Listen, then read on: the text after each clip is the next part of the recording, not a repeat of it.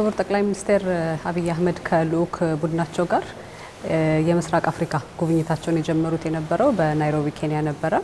ፕሬዚዳንት ሩቶ በቤተ መንግስት ውስጥ ደማቅ አቀባበል ተደርጎላቸዋል። ከዛ ደማቅ አቀባበል በኋላ እንግዲህ የሁለትዮሽ ውይይት አድርገው ነበረ። ሰፋ ያለ ሚኒስትሮቹም ካቻዎቻቸው ጋር ሊመካከሩበት የቻሉበት አጋጣሚ ነበር። እንግዲህ ይህ ይፋዊ ጉብኝት ያደረጉት ክቡር ጠቅላይ ሚኒስትር ከተወሰኑ ቀናት በፊት ደግሞ የሁለቱ ሀገራት የሚኒስትሮች ኮሚሽን ጆይንት ኮሚሽን በጣም ብዙ ነገሮች ላይ አብሮ ለመስራት በተነጋገረበት በተወያየበትና ተስማሙበት ጥቂት ቀናት በኋላ ነው ማለት ነው ይሄኛው ጉብኝት የተደረገው የነበረው። ስለዚህ ከኬንያና ከኢትዮጵያ ጋር የነበረውን የቆየ ታሪካዊ ትስስር እና ግንኙነት በተለይ ደግሞ ፕሬዚዳንት ሩቶ አዲስ ተመራጭ ፕሬዚዳንት እንደመሆናቸው መጠን የክቡር ጠቅላይ ሚኒስትር አብይ አህመድ ይህ የመጀመሪያቸው የፋዊ ጉብኝት ነው ማለት ነው እሳቸው ከተመረጡ በኋላ። ስለዚህ በእነዚህ ሁለቱ ሀገራት እና በሁለቱ መሪ መካከል ያለውን ግንኙነት ለማጠናከር በጣም ጠቃሚ ጉብኝት ነበረ የተከናወነው ማለት ይቻላል።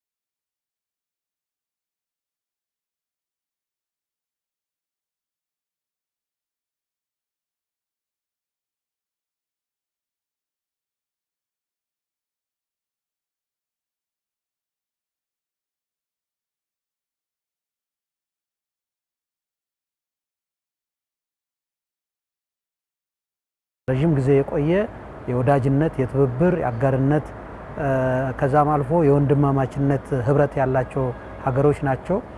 ከዛም አልፎ በሁለትዮሽ ትብብር ላይ ሁለቱ መሪዎች ሰፊ ውይይቶችን አድርጓል። ውይይታቸው በዋነኛነት ቀደም ሲል በአዲስ አበባ የኬንያና ኢትዮጵያ ወይም ኢትዮ ኬንያ የሚኒስትሮች ኮሚቴ በደረሰው ስምምነት መሰረት 7 ስምምነቶች ተፈራርሟል። በማህበራዊ ኢኮኖሚያዊ የደህንነት ጉዳዮች ላይ ይሄና ቀደም ባሉት ጊዜያት የተፈረሙ ስምምነቶች ወይም ደግሞ የትብብር የሁለትዮሽ ግንኙነቶች የሚያጠናክሩ ስምምነቶች መሬት የሚነኩበት እና የሚሰፉበት ከዛም አልፎ ደግሞ አዳዲስ እድሎች በሚፈጠሩበት ጉዳይ ላይ ነው የተወያዩት። በተለይም ከደህንነት አኳያ ሁለቱ ሀገሮች በምስራቅ አፍሪካ ቀንድ የሚገኙ በመሆናቸው ከተቀያሪው የዓለም ሁኔታ ወይም አዳጊው የዓለም ሁኔታ ጋር በሚያድግ መልኩ የሁለቱ ሀገራት የደህንነት ሁኔታ መጠናከር የሚችልበት በተለይም ደግሞ በቀጠናው እንደ ስጋት የሚታየው አልሸባብ በሁለቱም ሀገሮች ላይ ጥቃት የሚፈጽም በመሆኑ ይህን በጋራ በሚመክቱበት ከዛም አልፎ ደግሞ በድንበር አካባቢ ሸኔ የተባለው የጽንፈኛ ሽብር ቡድን ቤዝ ያደረገ ሀገራችን ላይ ጥቃት የሚሰነዝሩበት ሁኔታ ስላለ በአጠቃላይም በቀጠናው በሚታየው ያለመረጋጋት ከዛም አልፎ ደግሞ በሁለቱን ሀገሮች ታርጌት በሚያደርጉ የሽብር እንቅስቃሴ ላይ ሁለቱ ሀገሮች በጋራ በተቀናጀ መልኩ ሰላምና ደህንነትን ማረጋገጥ የሚችሉበት ከዛም አልፎ በአፍሪካ የደህንነት እና መረጋጋት ሁኔታው የበለጠ የሚጠናከርበት ሁኔታ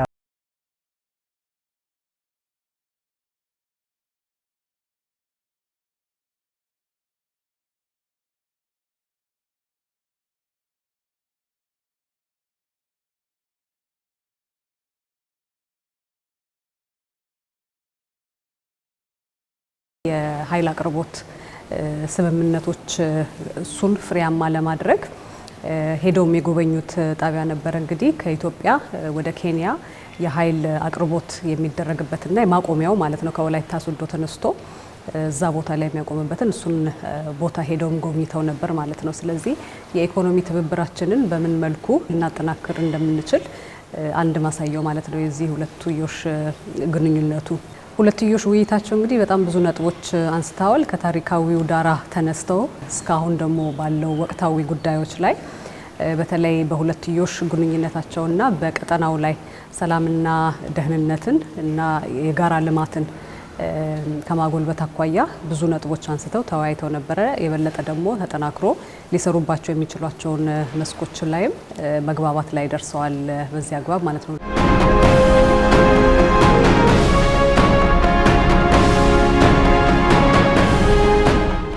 ቀደም ሲል የለሙ ወደብን ለመጠቀም ኢትዮጵያ ከኬንያ ጋር ስምምነት አድርጋለች።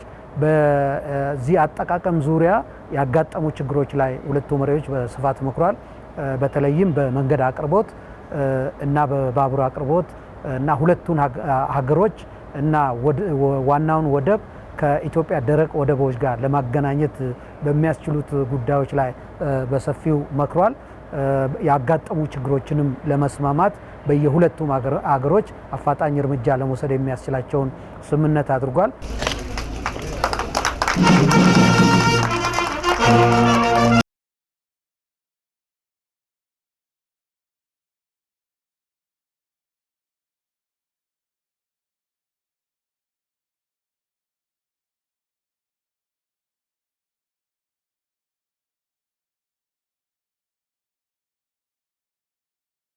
ደህንነት ላይ በጋራ ለመስራት የሚያስችላቸውን ውይይቶች አድርጓል።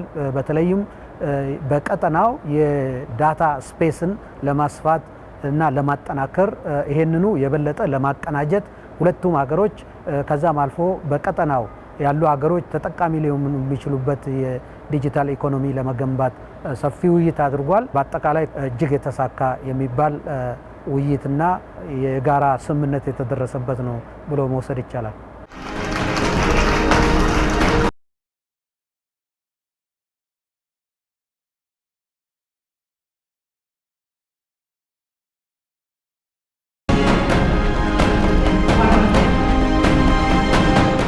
በዋነኛነት ካሁን በፊት ኢትዮጵያና ኬንያ የነበራቸውን ግንኙነት በሚያዳብር መንገድና እሱን በሚያጠናክር መንገድ ነው እየሰራን ያለ ነው። ሁላችንም እንደምናውቀው ከኬንያ ጋር በጣም ልዩ የሆነ ረጅም እድሜ ያለው የዲፕሎማሲ ግንኙነት ነው ያለን። ይሄ የዲፕሎማሲ ግንኙነት እስከ ወታደራዊ ውል ድረስ ነበረን። ወታደራዊ ውል ሲባል በኬንያ ላይ የሆነ ነገር ቢፈጠር የኢትዮጵያ ሰራዊት ስለ ኬንያ ሆኖ ይዋጋል። በተመሳሳይ መንገድ በኢትዮጵያ የተፈጠረ ነገር ካለ የኬንያ ሰራዊት እንደዚሁ ኢትዮጵያን ደግፎ ይዋጋል እና እስከዚህ ድረስ ውል ነበረን እና ይሄንን የመሰለ ግንኙነት ያላቸው አገሮች ናቸው። በሌላ መንገድ ከኬንያ ጋር በጣም ግልጽ የሆነ ድንበር መካለል አለን። ከኛ ከጎረቤት ሀገሮቻችን በጣም ግልጽ የሆነ ከ860 ኪሎ ሜትር አካባቢ ርዝመት ያለው ግልጽ የሆነ የድንበር መካለል አለ። ይሄንኑ ድንበር በሚገባ ለመጠበቅ ኮሚቴዎች እየተዋቀሩ ይሰራሉ ማለት ነው። ክቡር ጠቅላይ ሚኒስትሩ ኬንያን መጎብኘት ከኬንያ ጋር ያለንን ዲፕሎማሲያዊ ግንኙነታችን ወደ ላቀ ደረጃ የሚያደርስ ስለሆነ እና ወደፊት እኛም ልንሰራ የፈለግናቸውን ነገሮች በግልጽ ያስቀመጠልን ስለሆነና እነዛ የተፈራረምናቸው ኤምኦዩ ጊዜ ያላቸው መቼ የትኛው በምን ወቅት ነው ስራ ላይ የሚውለው ነገር የሚል ነገርም ስላለው የእሳቸው እዚህ መምጣት እነዚህን እና የመሳሰሉ ነገሮችን በጥሩ ሁኔታ እንድንሰራ አጋዥ ይሆናል ማለት ነው።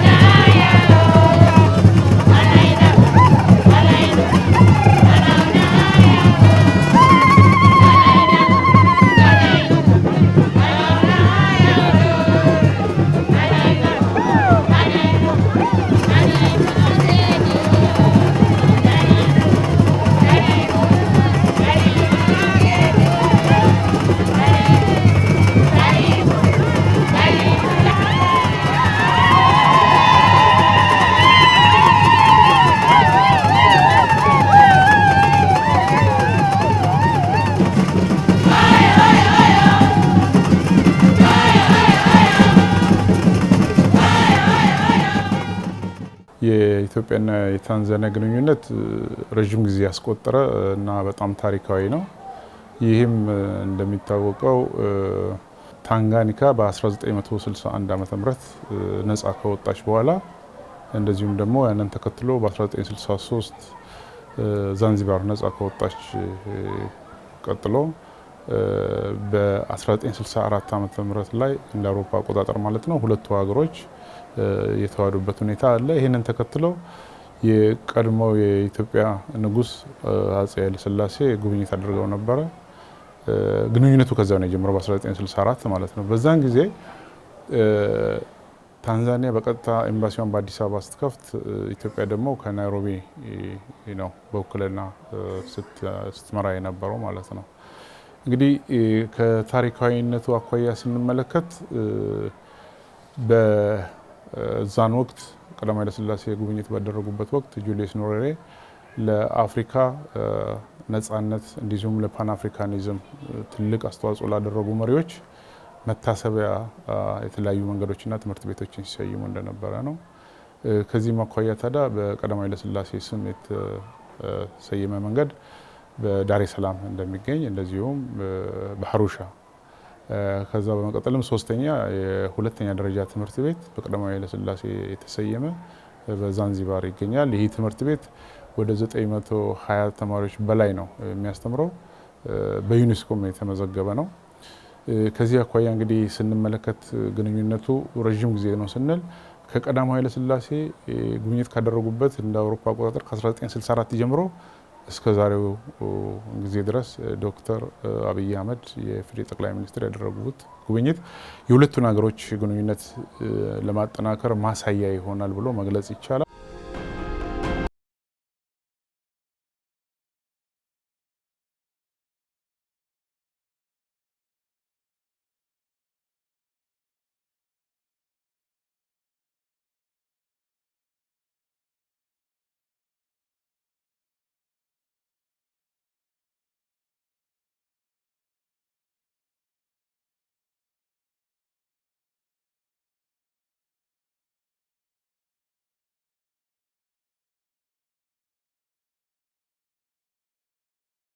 ጠቅላይ ሚኒስትር የኬንያ ይፋዊ ጉብኝታቸውን ከጨረሱ በኋላ የገቡት የነበረው ዳሬ ሰላም ታንዛኒያ ነው። ምስራቅ አፍሪካ ጉብኝታቸው አካል ተደርጎ የመጣው ባለፈው ለኤዩ ስብሰባ ጊዜ ለአፍሪካ ህብረት ስብሰባ ወቅት ታንዛኒያ ፕሬዝዳንት ሳሚያ ሱሉሁ ባቀረቡት ጥያቄ መሰረት ክቡር ጠቅላይ ሚኒስትር ይፋዊ ጉብኝት እንዲያደርጉ አቀባበል ተደርጎላቸው ነበር። ትናንትና ደማቅ አቀባበል፣ ዛሬም ደግሞ በቤተ መንግስታቸው ተቀብለዋቸው እርስ በራሳቸውም ሁለቱ ጊዜ ወስደው የተወያዩባቸው ጉዳዮች አሉ። ከልዑክ ቡድናቸው ጋርም ደግሞ ሆነው ተወያይተው ነበር በሁለትዮሽ ውይይት መልክ። እዚህ ሁለትዮሽ ውይይት ላይ እንግዲህ የተነሱ በጣም ብዙ ጉዳዮች ነበሩ። ታንዛኒያና ኢትዮጵያ የሚያስተሳስራቸው ጥንታዊ የሆኑ ታሪካዊ ጉዳዮች አሉ። አንድ ወቅት ታንዛኒያ አስቸጋሪ ሁኔታ ውስጥ በነበረችበት ጊዜ የአየር ኃይሏ በተደፈረበት ጊዜ የኢትዮጵያ አየር ኃይል እዚህ በመሆን ያንን ሲከላከልላት የቆየ ሀገር ነው። በፓን አፍሪካኒዝም ደግሞ ያላቸው ትስስር አለ። የታንዛኒያ የመጀመሪያው ከቅኝ ግዛት ከወጡ በኋላ የመጀመሪያው ፕሬዝዳንታቸው ጁሊየስ ኔሬሬ ለፓን አፍሪካኒዝም በጣም ብዙ አስተዋጽኦ ያደረጉ ናቸውና እኛ ደግሞ ከቀዳማዊ ኃይለ ሥላሴ ጋር ደግሞ በጣም ጠንካራ ትስስር የነበራቸው እንደመሆናቸው ያንን ታሪካዊ ዳራ የበለጠ ደግሞ የሁለቱ ሀገራትን ፍሬያማ የሆነ ግንኙነት እንዲኖራቸው መሰረት የጣለ ነበር ማለት ነው። በአሁኑ ወቅት ደግሞ ከታንዛኒያ ጋር በንግድ ትስስር እያያዛሉ። ግን እኛ ደግሞ እንደ ሀገር ከያዝናቸው ዋና ዋና ጉዳዮች ጋር ከኢኮኖሚ ማሻሻያ ጋር ከነሱ ጋር የሚያቀራርበን ነገር አለ።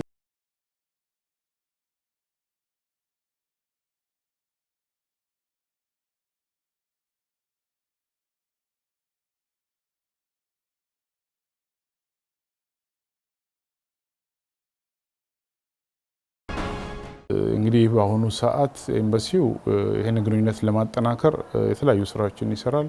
ከግንኙነቶቹ ውስጥ አሁን በቅርቡ መጋቢት እንደ ፈረንጆቹ ማርች 19 ጀምሮ እስከ 21 ድረስ የሚኒስትሮች የጋራ ኮሚሽን ኢትዮጵያ ታዘጋጃለች። እዛ ላይ ከታንዛኒያ የተለያዩ መንግስት መስሪያ ቤቶች እንደዚሁም ደግሞ ከኢትዮጵያ ተገናኝተው የሚወያዩበት የሚፈራረሙበት ታንዛኒያ ከኛ የምትፈልገው ምን እንደሆነ የሚለይበት ኢትዮጵያም ደግሞ ከታንዛኒያ የምትፈልግበትና በጋራ መስራት የሚቻልበት አይነት ሁኔታ ማየት እንዲቻል ስራዎች እየተሰሩ ነው ያለው።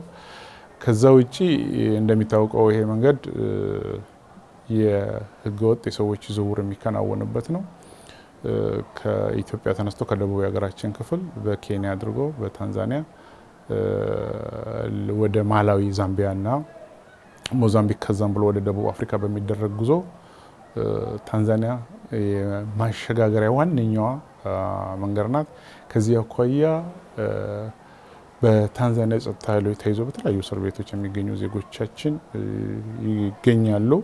ቀደም ሲል ኤምባሲው መልሶ ከተከፈተ ጊዜ ጀምሮ ወደ 6972 ዜጎችን ወደ ሀገራቸው እንዲመለሱ ለማድረግ የተቻለበትና በአሁኑ ጊዜ ወደ 676 ብቻ በእስር ቤት የሚገኙ ዜጎቻችን አሉ። ይህንንም ለመመለስ ከአይኦኤም ጋር ትልቅ ስራ የተሰራ ነው። ይሁን እንጂ ይህ ስራ በመመለስ የመጡትን በመመለስ ሳይሆን ከምንጩ ማድረግ ያስፈልጋል። ከዛ ውጪ ግን በአሁኑ ሰዓት የታንዛኒያ መንግስት ወደ 2.6 ሄክታር ወይም ደግሞ 26000 ሜትር ስኩዌር መሬት ሰጥቶናል በዶዶማ የመንግስት መቀመጫ ላይ። እዛ ላይ የራሳችንን የመኖሪያ ቤትና ጽህፈት ቤት ለመገንባት የአማካሪ ድርጅት መረጣ ተካሂዶ አልቆ ዲዛይን ተሰርቶ ኮንትራክተር ለመቅጠር የቢል ኦፍ ኳንቲቲ ስራዎች እየተሰሩ ናቸው። ይህንን ካደረግን እኛም በ2.6 ሄክታር ላይ ትልቅ አሴት ይኖረናል የሚል ነገር አለን። ይህንን እየተሰራ ነው ያለው።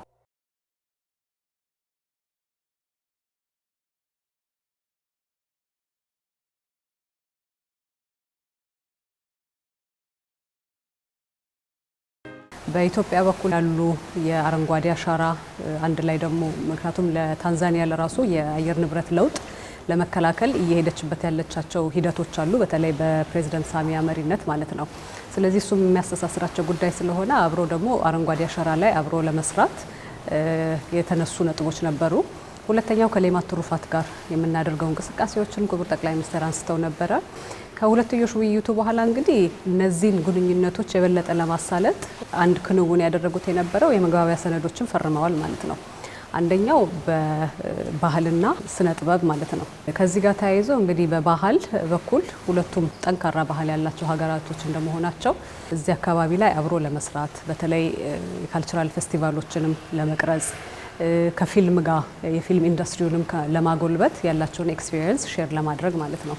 ከግብርና ኤክስቴንሽን ጋር ተያይዞ አሁን ያለንበት ወቅትና ዓለም ያው ዲጂታይዝድ የሆነ እንደመሆኑ ያንን ደግሞ ያሉትን የአይሲቲ ትሩፋቶች እንዴት ነው ለግብርናው አጋዥ ሊሆኑ ይችላሉ የሚለውን ለመፈተሽ ይሄም የመግባቢያ ሰነድ አንድ ያሰፈረው ጉዳይ ነበረ። በሌላኛውና በዋነኝነት እንግዲህ ኢትዮጵያ በጣም ብዙ እየሄደችበት ያለው የስንዴ ልማትን ነው።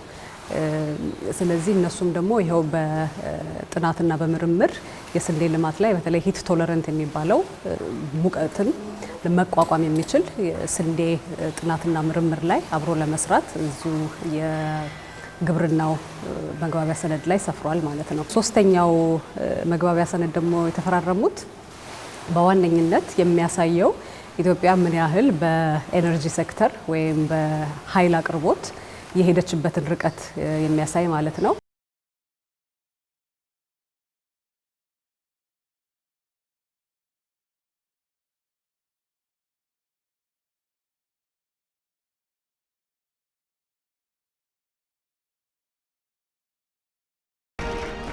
ኤሌክትሪክ አንዱ የሪጅናል ሀገራትን የሚያስተሳሰር መሰረተ ልማት እንዲሁም ለኢኮኖሚ በአጠቃላይ ላለው ማህበረሰብ ትልቅ ጥቅም የሚሰጥ መሆኑን ነው የሚታወቀው። ስለዚህ የኢትዮጵያ ኤሌክትሪክ ኃይል ወይም ኢትዮጵያ በአሁኑ ሰዓት ኤሌክትሪክ ትሸጣለች ከጅቡቲ፣ ሱዳን፣ ኬንያ አሁን ደግሞ ከታንዛኒያም ፕሮሰሱ ኦልሞስት አልቋል። ስለዚህ እነዚህ ጉዳዮች ላይ ነበረ በአብዛኛው ዲስከስ ሲደረግ የነበረው። ውጤታማ የሆነ ግንኙነትም ተፈጥሯል በዚህ ዲስከሽን። የኢትዮጵያ አሁን ላይ ያለው የማመንጨት አቅም እየጨመረ ነው። በተለይ የታላቁ ህዳሴ ግድብ ሙሉ በሙሉ ወደ ኦፕሬሽን ሲገባ አሁን ያለውን የማመንጨት አቅም በእጥፍ ይጨምራል። እነ ኮይሻ ሌሎችም በግል አልሚዎች የሚሰሩ ማመንጫዎች ሲገቡ በአጠቃላይ በ2030 እስከ 19000 እስከ 20000 ሜጋዋት ድረስ ለማመንጨት እቅድ ተይዞ እየተሰራ ነው። በአጠቃላይ እነዚህ የሚመነጩት ኃይሎች ለኢትዮጵያም አልፎም ለጎረቤት ሀገሮች ትልቅ ቤኔፊት ይሰጣል። የፓወር ትሬድ ዋናው ዓላማ ታዳሽ የኃይል ምንጮችን በአግባቡ መጠቀም፣ አጠቃላይ የኢነርጂ ወጪን መቀነስ፣ ህብረተሰቡ ደግሞ ተደራሽነትን ማስፋት በሚል ነው። በእነዚህ በሶስቱ ዋና ነገሮች ነው የኃይል ግብይት የሚከናወነው። ከዚህ አንጻር ኢትዮጵያ መንግስት ከፍተኛ ስራ እየሰራ ነው። እንዳልኩሽ ወደ 4 አገሮች አሁን ኦልሬዲ ኃይል መሸጥ ጀምረናል። ጥያቄ እያቀረቡ ያሉ ሀገሮች አሉ፣ ገና ድርድር ወይም ንግግር እየተደረገባቸው ያሉ። እነሱ ሲያልቅ በአጠቃላይ ኢትዮጵያ የታዳሽ ኃይል ኢነርጂ ኤክስፖርት ማድረግ የምችል ሀገር ነው የምትሆነው። ኢትዮጵያ አሁን የምታመነጨው ኤሌክትሪክ ኃይል በተለይም ትልቁ መስመር የሚያልፈው በኬንያ በኩል ነው። የኢትዮ ኬንያ መስመር በአግባቡ ስራ ላይ መዋል እስከ 2000 ሜጋዋት ማስተላለፍ የሚችል ከ1 ቢሊዮን ዶላር በላይ ወጪ የሆነበት መስመር ስለሆነ እሱም በአግባቡ መጠቀም ለሁለቱም ሀገራት ጥቅም ነው የሚሰጠው። ኢትዮጵያ አመንጭታ በዛ ማስተላለፍ ትችላለች። ኬንያ ደግሞ ያንን መስመር ኃይል በዛ ስለሚያልፍ ለዛ ተጨማሪ ጥቅም ያገኛሉ። ለሁለቱም ሀገራት ይሄ መስመር ጥቅም የሚያገኙበት ስለሆነ እሱን አስመልክቶ ነው አንደኛው ውይይት የተደረገው። ሁለተኛው በተጨማሪ ሁለቱ ሀገራት በጋራ ሆነው ተጨማሪ የኃይል ማመንጫ ጣቢያዎችን ማልማት እንደሚችሉም አብሮ ተነስቷል። በቀጣይ እየታየ አዋጪ ሲሆን ለመግባት እነሱን ፈቃደኝነታቸውን አሳይተዋል። ስለዚህ ውይይቱ በጣም ፍሬያማ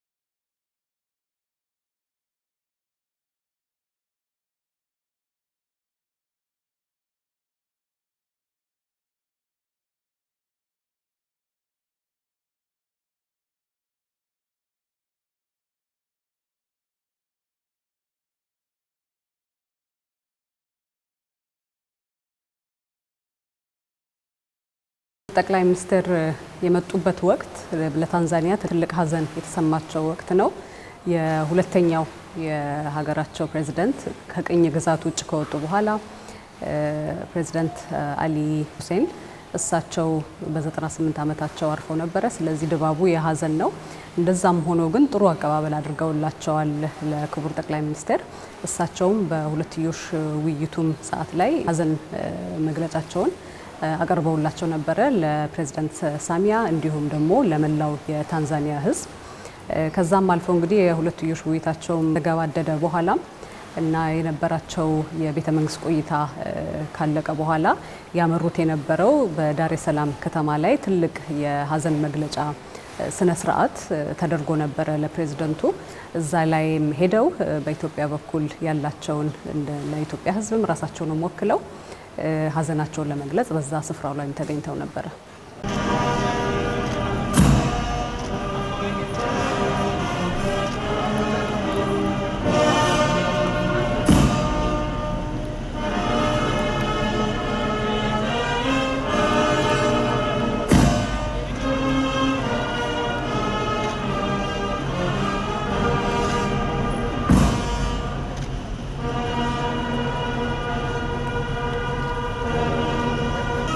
Apakah sudah?